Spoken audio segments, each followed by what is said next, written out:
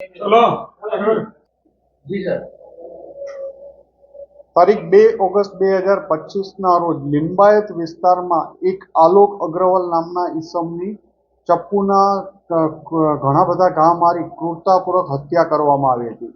આ બાબતે Surat crime branch, local police, Limbayat police, zone two સાહેબના એલસીબી વગેરે દ્વારા આ કેસને ગંભીરતાપૂર્વક તપાસ કરી રહેવામાં આવ્યો હતો। આ તપાસ દરમિયાન જાણવા મળ્યું હતું કે અશફાક ઉર્ફે કૌવા નાસિર શેખ, જે જહાંગીરપુરા વિસ્તારમાં અને સૈયદપુરા વિસ્તારમાં હોળી બંગલા પાસે રહે છે, એ આ કેસનો મુખ્ય આરોપી છે। એને મરનાર સાથે કોઈ બાબતમાં ઝઘડો થયેલો હતો। આ ઝઘડાના અનુસંધાને તેણે બીજા 5 લોકોને 4 લોકોને એને ખૂબ ક્રૂરતાપૂર્વક મારી નાખવા માટે સોપારી આપી હતી અને એમના આંગળા કાપી નાખવા સુધીની પણ વાત કરેલી હતી। આ તપાસ દરમિયાન અન્ય 5 આરોપીઓ અબરાર ઉર્ફે લસ્સી મોહમ્મદ શેખ, હરપકસિંહ, ભગવાન સ્વાઈ, રમજાન પાડો અને અફસર ઉર્ફે બોકાની અગાઉ 5 લોકોની આ કેસમાં ધરપકડ થયેલી હતી।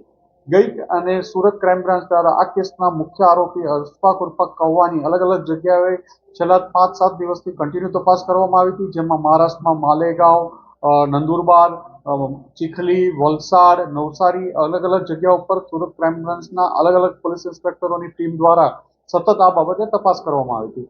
ગઈકાલે ક્રાઇમ બ્રાન્ચના પોલીસ ઇન્સ્પેક્ટર જૈન ગૌસ્વામીને એક બાતમી મળી હતી કે આ કેસનો મુખ્ય આરોપી અશફાક છે એ વાપી, વલસાડ અથવા સેલવાસ વિસ્તારમાં ફરી રહ્યો છે અને ત્યાંથી એ ફરીથી ક્યાંક દૂર બીજા રાજ્યમાં ભાગવાની તૈયારીમાં છે। આ બાતમી આધારે ક્રાઇમ બ્રાન્ચની એક ટીમ 4 માણસોને લઈને જૈન ગૌસ્વામી તરત રવાના થયેલા હતા અને સેલવાસની વિસ્તારમાં પેટ્રોલિંગ કરતા હતા, ત્યારે એમને એક સ્પેસિફિક લેટ નાઇટ માહિતી મળી કે વલસાડમાં વાપી વિસ્તારના ડુંગરા પોલીસ સ્ટેશનની હદમાં એક અમન પાર્ક સોસાયટી છે। એ અમન પાર્ક સોસાયટીના 6થા માળે આ માણસ એક ફ્લેટમાં 604 નંબરના ફ્લેટમાં છે। ક્રાઇમ બ્રાન્ચની ટીમ દ્વારા સમય બગાડ્યા સિવાય તરત જ આ જગ્યા ઉપર પહોંચી અને દરવાજો નોક કરતા એક ઇસમ દ્વારા દરવાજો ખોલવામાં આવ્યો હતો। એનું નામ સાજિદ ઉર્ફે શાહરૂખ પણ કહે છે। એની પૂછપરછ દરમિયાન કોઈ ઇસમ અંદર છે કે નહીં તો એણે કંઈ જવાબ ન આપ્યો।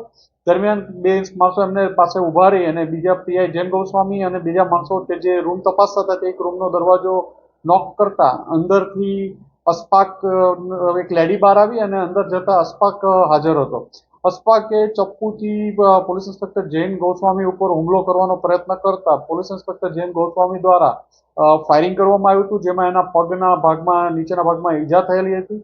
પોલીસ દ્વારા તુરંત જ 108ને બોલાવવામાં આવી અને 108ને આવતા એ પહેલા જ પોલીસની ટીમ દ્વારા એને હોસ્પિટલ લઈ જવામાં આવ્યો હતો। ત્યાં એને ગંભીર ઈજાઓ પણ થયેલી છે અને તેને એક્સરે વગેરે દ્વારા ડિસ્ચાર્જ કરાવીને આજ ક્રાઇમ બ્રાન્ચ ખાતે લાવવામાં આવ્યા છે અને આગળ વધુ તપાસ માટે એને લિંબાયત પોલીસ સ્ટેશન સોંપવાની કાર્યવાહી કરવામાં આવી।